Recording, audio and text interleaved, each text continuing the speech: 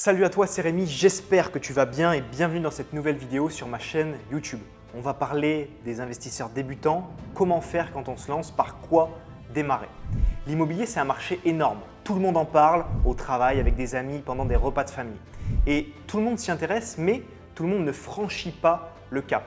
Mon but à travers ma chaîne YouTube, c'est de te montrer toutes les différentes possibilités qu'offre l'immobilier et de vulgariser au maximum les concepts pour que tu puisses passer à l'action et investir. Je reçois énormément la question « Par quoi commencer ? Qu'est-ce qu'on fait au début quand on veut se lancer ? Comment faire ?» Le premier débat que je vois pour les investisseurs débutants, c'est immobilier locatif ou marchand de biens.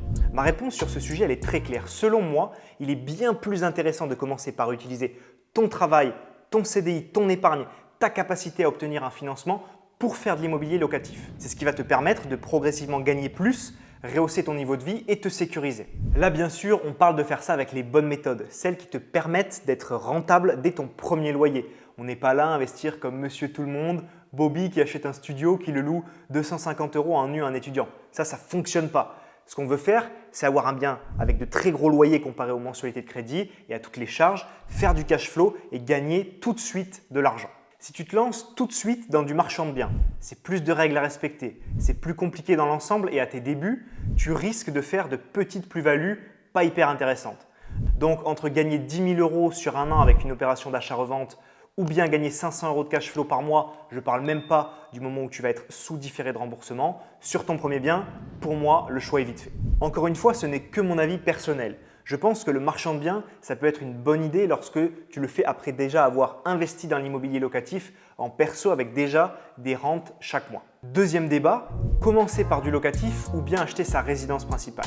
Là, on parle de personnes qui veulent acheter en nom propre et qui se posent cette question car on a un petit peu tous le même schéma classique en tête, avoir une famille et ensuite acheter une maison. Les banques, elles sont aussi câblées de cette façon avec une vision très conservatrice des choses. Quand j'ai commencé à aller les voir en disant que j'étais locataire et que je voulais acheter pour louer, elles n'étaient pas toutes très accueillantes. Certains même t'expliqueront que tu dois absolument acheter ta RP avant de faire du locatif. C'est faux, tu fais bien comme tu veux. Donc on fait quoi? Résidence principale ou investissement locatif? Il n'y a pas de bonne réponse car ça va toujours dépendre de toi et de ta situation. Pour ma part, quand j'ai commencé, j'étais seul, pas de famille, pas d'enfants. Ce n'était pas intéressant pour moi d'acheter une grosse maison. Je n'en avais pas non plus la capacité financière avec mon salaire, donc j'ai commencé par faire du locatif.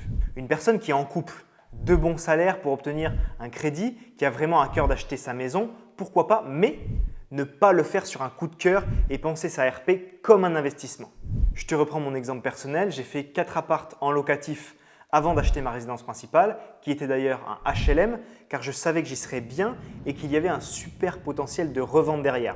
C'est ce que j'ai fait et j'ai fait 50 000 € de plus-value nette. Et tout ça, c'est arrivé au moment où je me faisais licencier à cause du Covid, donc je voulais investir avec mes dernières feuilles de paye et avoir un chez moi bien, tranquille, où bosser, où j'allais me sentir bien.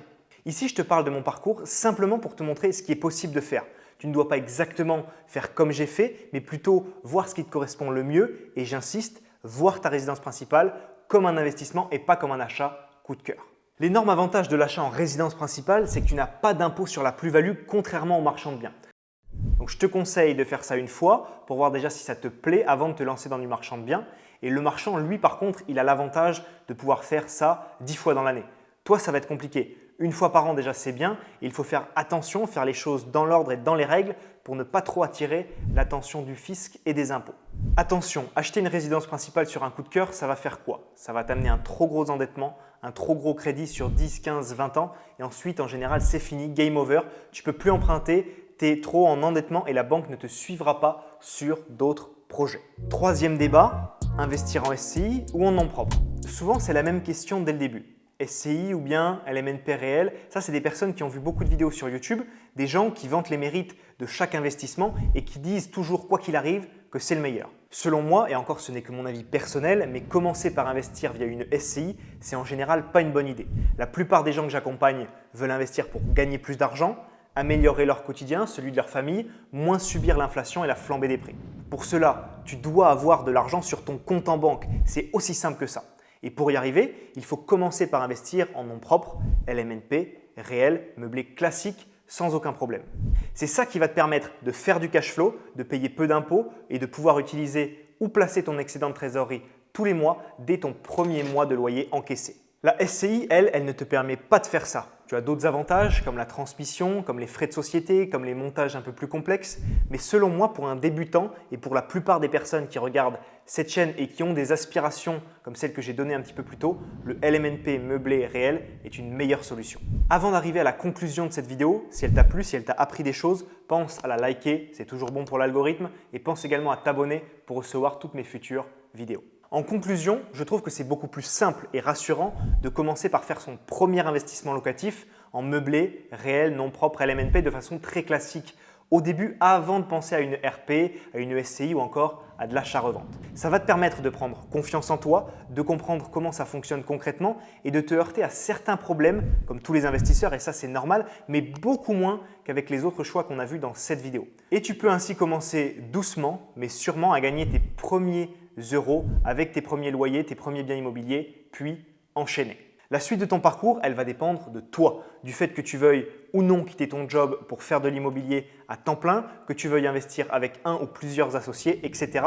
Chaque parcours est différent et tu trouveras le tien, j'en suis sûr. Pour commencer à investir dans l'immobilier rentable, j'ai créé 3 vidéos de formation offertes. Tu les retrouves directement en cliquant sur le premier lien en description. Ça va t'apprendre les bases de l'immobilier. On se voit du coup tous les deux de l'autre côté dans ta formation offerte. C'était Rémi, à très vite.